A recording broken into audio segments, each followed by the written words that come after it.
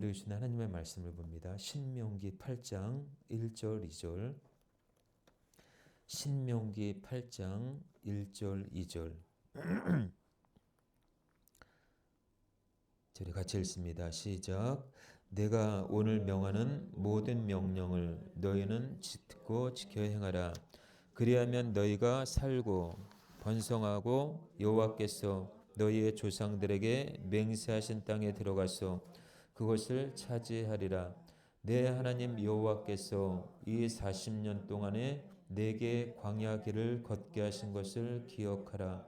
이는 너를 낮추시며 너를 시험하사 내 마음이 어떠한지 그 명령을 지키지 않는지 알려 하심이라. 아멘. 저를 한번 따라서 해볼까요? 반드시 기억하라. 저리 같은 제목으로 같이 은혜를 나누도록 하겠습니다. 자, 오늘은 2025년 마지막 주일입니다. 더 이상 이 날은 오지 않습니다. 자, 우리는 이 한 해를 돌아보면서 반드시 기억해야 될 것이 있습니다. 그것은 뭔가 하니 올해 하나님께서 나에게 베풀어 주신 은혜가 뭘까라는 거예요. 올 한 해 2025년도 살아가면서 때로는 넘어지고 자빠지고 그리고 실수했어도 하나님이 그동안 그래 올 한 해 나에게 베풀어 주신 그 은혜가 무엇인지 깨닫는 것. 그 은혜를 하나님이 기억하라고 말씀하십니다. 요즘 길을 모를 때 우리는 어떻게 합니까? 내비게이션을 키지요. 예. 그런데 내비게이션을 키고 가다 보면은 이런 경험을 누구나 한 번쯤 해보셨을 것입니다. 분명 목적지는 맞는데 왜 이렇게 돌아가지? 내비게이션을 켰는데 왜 길을 이렇게 안내하지라고 하는 그런 궁금증을 유발하게 합니다. 특히 막히는 길이나 골목길이나 돌아가는 길로 안내할 때 괜히 불안해집니다. 특히 밤 12시 넘어서일 때는 더 불안하게 짝이 없습니다. 예. 빨리 갈 수 있는 길인데도 불구하고 멀리 안내할 때도 있습니다. 그런데 이상한 것은 뭐냐면은 내비게이션은 틀리지 않는다라는 거예요. 정확하게 길을 안내한다라는 거죠. 예. 우리가 모르는 길을 이미 알고 있다라는 거예요. 자, 우리 인생도 그렇다고 봅니다. 하나님은 우리의 목적지를 알고 계셔요. 예. 우리 인생의 목적지를 하나님은 다 알고 계셔요. 그러니까 우리는 모르잖아요. 그렇죠? 언제까지 일이 진행이 될지 몰라요. 5분 이후의 일도 모르는 것이 인간이에요. 근데 하나님은 5분 이후의 일도 알아요.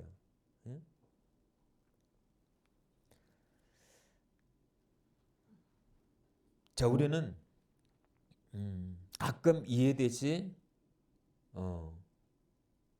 않는 길로 인도하시는 하나님을 볼 때 우리가 참 하나님을 때로는 이해할 수가 없을 때가 있어요. 예. 그때 우리는 이렇게 묻지요. 하나님 왜 이 길입니까?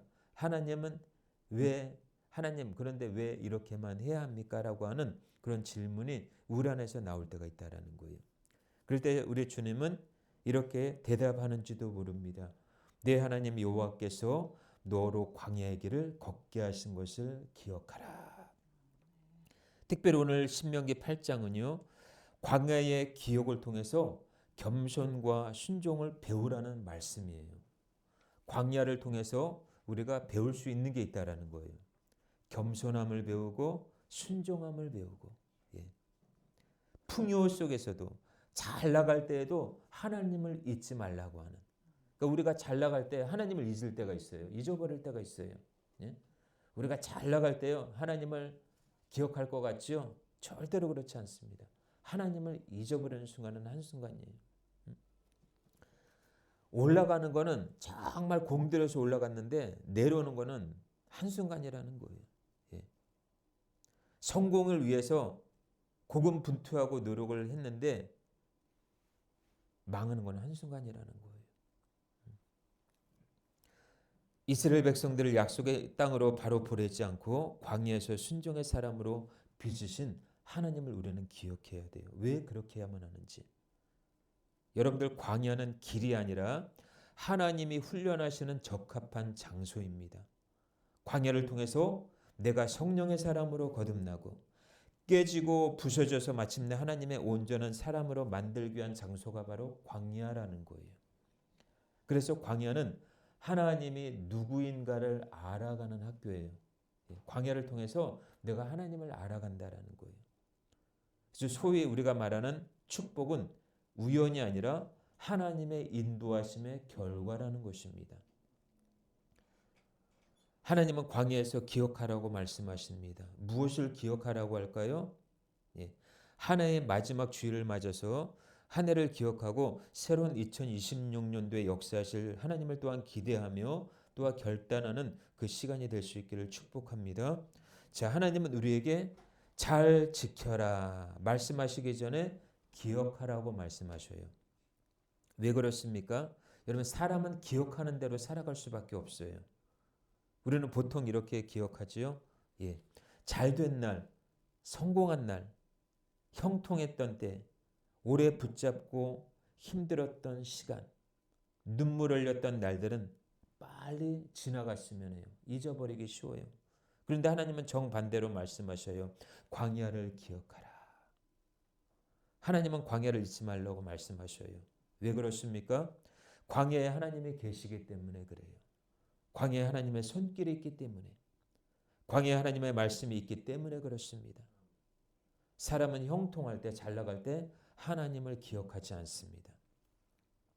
오히려 아무것도 없을 때, 막다른 길에 섰을 때, 도움받을 사람이 하나도 없을 때, 그때야 하나님을 찾습니다. 이게 인생이에요. 그래서 하나님은 네가 무엇을 이루었느냐, 네가 얼마나 가졌느냐, 네가 얼마나 배웠느냐, 네가 성공했느냐 묻지 않으셔요. 오히려 하나님은 이렇게 물으실지도 몰라요. 네가 나를 붙잡았던 그 시간을 기억하느냐? 기억은 단순한 회상이 아니라는 거예요. 기억은 신앙의 방향을 정하는 행위입니다. 그러니까 무엇을 기억하느냐에 따라서 우리는 교만해질 수도 있고 겸손해질 수도 있다는 거예요. 그래서 하나님은 잘된 날을 기억하라고 하지 않으시고 광야의 길을 기억하라고 말씀하시는 거예요. 자, 이스라엘 백성에게 있어서 광야는 실패의 장소가 아닙니다. 버림받은 자리도 아니에요. 광야는 하나님을 가장 자주 만나는 자리예요. 낮에는 구름 기둥으로, 밤에는 불 기둥으로 매일같이 이스라엘 백성들을 인도하셨지요. 하나님으로 가득 찬 자리가 바로 광야입니다. 그런데 문제는 뭐냐? 사람은 광야를 지나고 나면 광야에서 함께 하신 하나님보다 가나안의 풍요를 더 기억한다라는 거예요. 그래서 하나님이 약속의 땅에 들어가기 직전에 굳이 다시 광야 이야기를 꺼냈습니다. 왜 그렇습니까? 왜요? 잊어버리면 교만해지기 쉽기 때문에. 그래서 하나님은 우리를 힘들게 하려고 광야를 기억하라고 하시는 것이 아닙니다. 하나님은 우리에게 어디서 무너졌는지 알게 하시는 것도 아니고 우리를 정죄하려고 하시는 것도 아니에요. 하나님은 우리를 다시 한번 하나님 앞에 세우기 위해서 기억하라고 말씀하십니다. 자, 오늘 말씀 앞에서 우리는 이렇게 질문해야 될 줄로 믿습니다. 우리 자신에게 스스로 질문하는 거예요. 내가 가장 간절히 기도했던 때는 언제였는가? 내가 하나님께 매달렸던 그 시간은 언제였는가? 하나님의 말씀이 아니면은 살 수 없다라고 느껴진 때는 언제였는가? 내가 정말 기도하지 않으면 안 되겠다라고 한 그때는 과연 언제였는가? 대부분의 경우요, 그 시간은 형통의 날이 아니라 광야의 시간이었음을 우리는 알게 됩니다. 그래서 오늘 하나님은 우리에게 다시 말씀하셔요. 광야를 기억하라. 그러면서 하나님은 이렇게 우리에게 또 말씀하십니다. 그때 나를 붙잡았던 너의 마음을 기억하라는 거예요. 그때 너를 붙들고 있었던 나를 기억하라는 거예요. 광야를 기억할 때 우리는 교만해지지 않습니다. 광야를 기억할 때 우리는 겸손해질 수 있습니다. 그리고 그 기억 위에 오늘의 믿음이 다시 세워지는 줄로 믿습니다. 그래서 하나님은 끊임없이 기억하라고 이렇게 말씀하셔요. 하나님 우리에게 많은 명령을 하지 않으셔요. 지켜라, 행하라, 순종하라. 물론 이것도 하시지만 이것보다 더 중요한 것은 우리에게 기억하라 이렇게 얘기하셔요. 하나님 무엇을 더 하라고 말씀하시기 전에 무엇을 잊지 말라라고 말씀하십니다. 왜냐하면 사람은 기억하는 대로 살아가기 때문에. 그래서 우리는 잘된 것은 오래 기억하고 힘들었던 시간은 빨리 잊어버리려고 해요. 그런데 하나님은 정반대로 말씀하시지요. 광야를 기억하라. 광야는 누구에게나 정말 잊어버리고 싶은 시간이에요. 아무것도 없어요. 여러분 광야라고 하는 것은 길이 없어요. 목적지가 없어요. 그런데 이사야 43장에 보니까 하나님은 뭐라 그래요? 광야에 길을 내시고 그리고 사막에 강을 내신다고 그랬어요.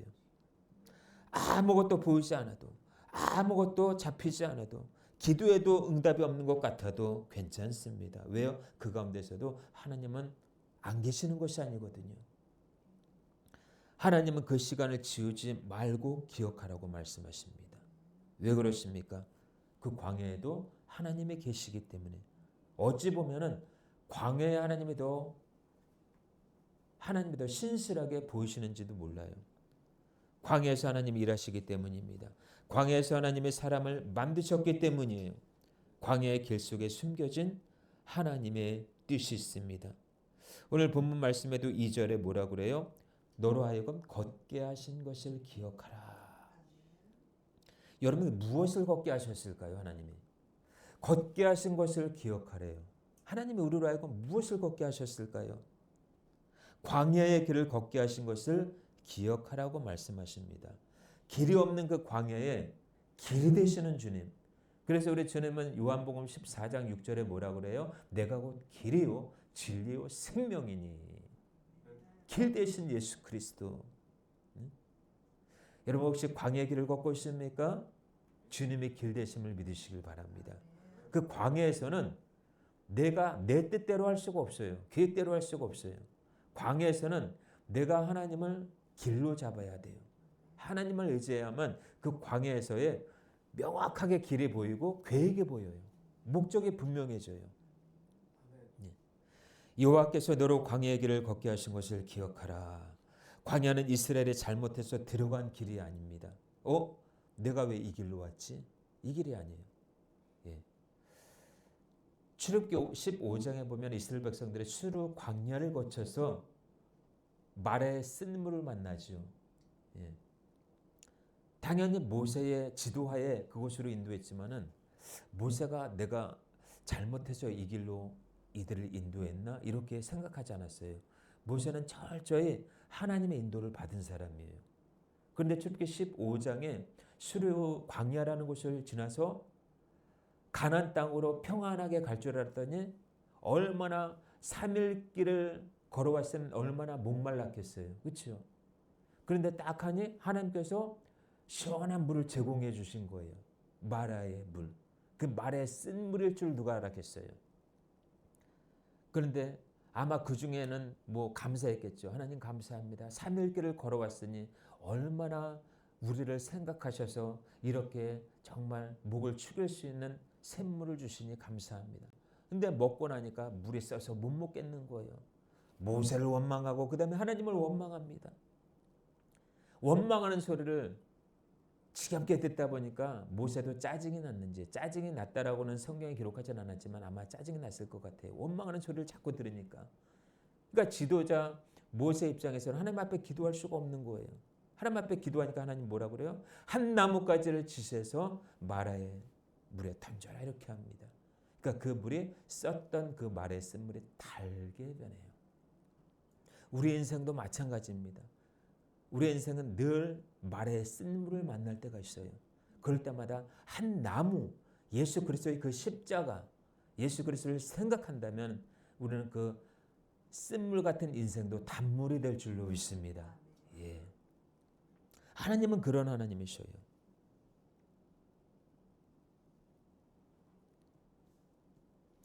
광야를 기억하라고 주님은 말씀하십니다. 그 오늘 2절에 걷게 하신 것, 광야의 길을 걷게 하신 것을 기억하래요. 이스라엘의 잘못 선택해서 광야의 길에 들어선 것이 아니에요. 우연히 빠진 길도 아닙니다. 하나님이 걷게 하셨다라는 거예요.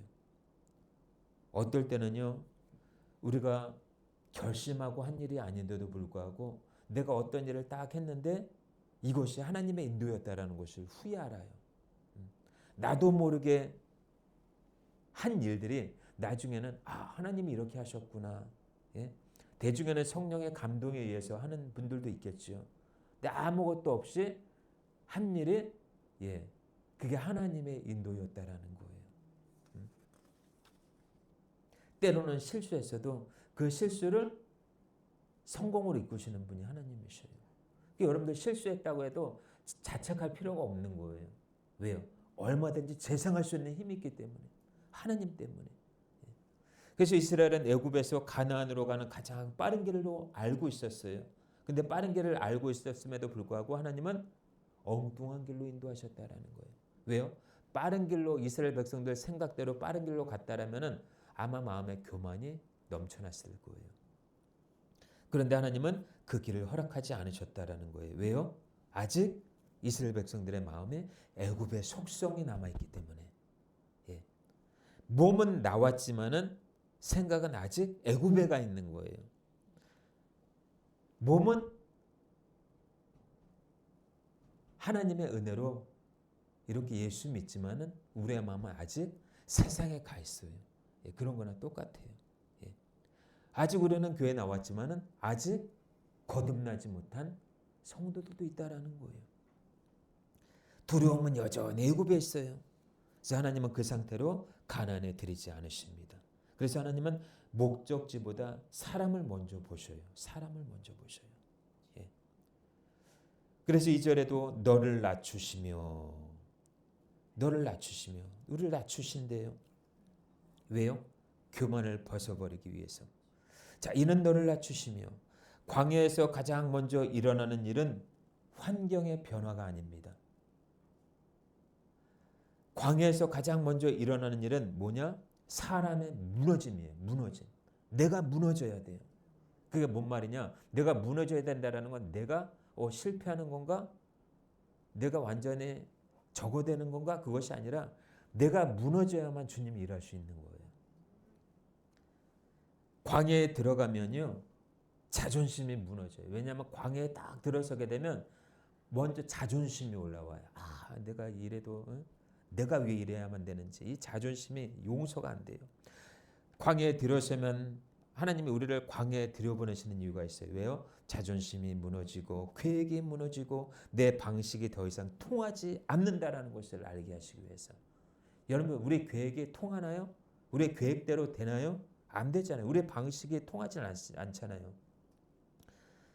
왜 하나님은 우리를 낮추십니까? 교만해지지 말라고. 그래서 교만한 사람은 하나님을 의지하지 않아요. 의지하지 않는 사람은 결국 하나님을 떠날 수밖에 없습니다. 그래서 하나님은 우리를 괴롭게 하려고 낮추시는 것이 아니에요. 하나님을 붙잡게 하려고 우리를 낮추시는 거예요. 그래서 광야는 사람을 망가뜨리는 곳이 아니라 사람을 하나님 앞으로 데려오는 자리인 줄로 믿습니다. 또 2절에 너를 시험하사, 이제 우리를 낮추시면서 너를 시험하사 이렇게 얘기하고 있어요. 자, 시험은 탈락이 아니라 드러냄입니다. 드러내다. 본문은 계속해서 말하지요. 너를 시험하사. 이 시험이 떨어뜨리기 위한 시험이 아니라는 거예요. 자격을 박탈하는 시험도 아니에요. 이 시험은 마음을 드러내는 시험이에요. 마음이 어떠한지, 하나님을 향한 마음이 어떠한지를 하나님이 보시기 위해서. 상황이 좋을 때는 누구나 믿음이 있어 보입니다. 상황이 좋을 때는 누구나 믿음이 있어 보여요. 그러나 광야에 들어서는 순간 우리의 믿음이 진짜인지 짜가한지를 그때 드러날 수 있어요. 응답이 늦어도 기다리는지, 상황이 나빠도 그럼에도 불구하고 기도하는지, 길이 막혔어도 하나님을 절대 놓지 않는지 하나님은 그걸 보신다니까요. 우리 자신이 우리 자신보다 하나님이 더 잘하셔요. 왜? 우리를 창조하셨기 때문에. 여러분의 마음을 하나님 앞에 온전히 맡길 수 있기를 축복합니다. 내 인생에 살면은 70이요. 강건하면 80이라고 시편에 말씀하고 있습니다. 오래 사는 것도 중요하지만 하나님의 뜻대로 사는 건 더 중요해요. 오래 살다가 지옥 가는 것보다도 하나님의 뜻대로 살다가 천국 가는 게 더 낫지 않겠어요?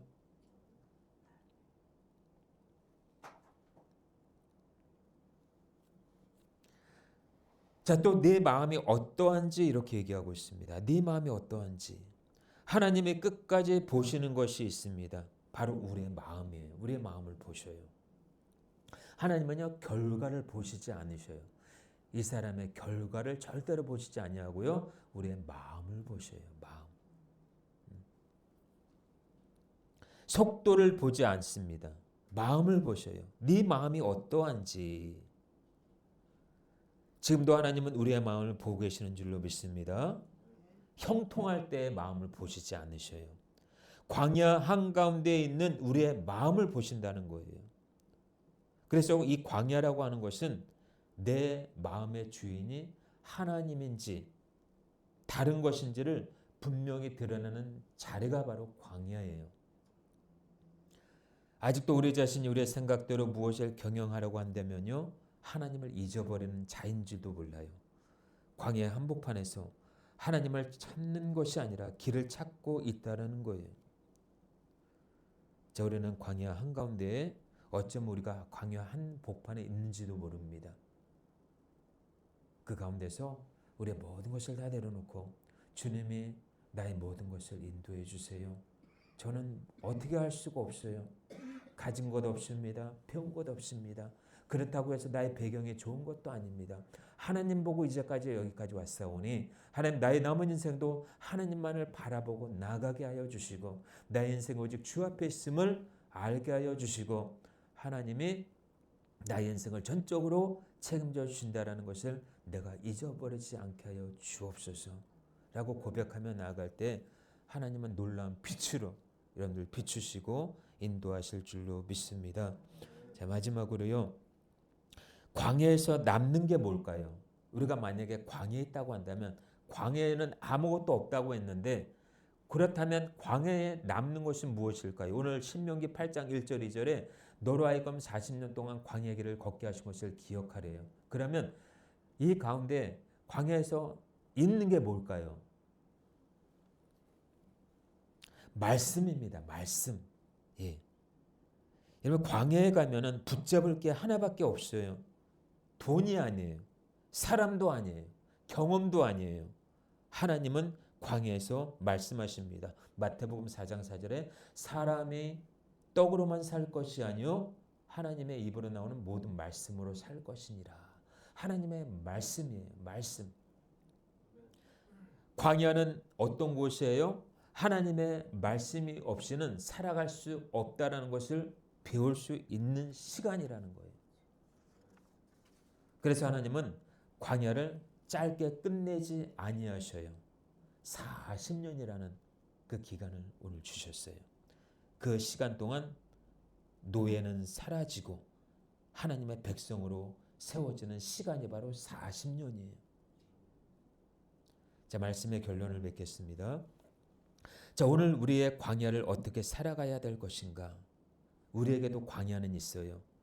기도해도 바뀌지 않는 문제, 아무리 애써도 열리지 않는 문, 왜 이 길을 가야만 되는지 이해되지 않는 시간들이 있어요.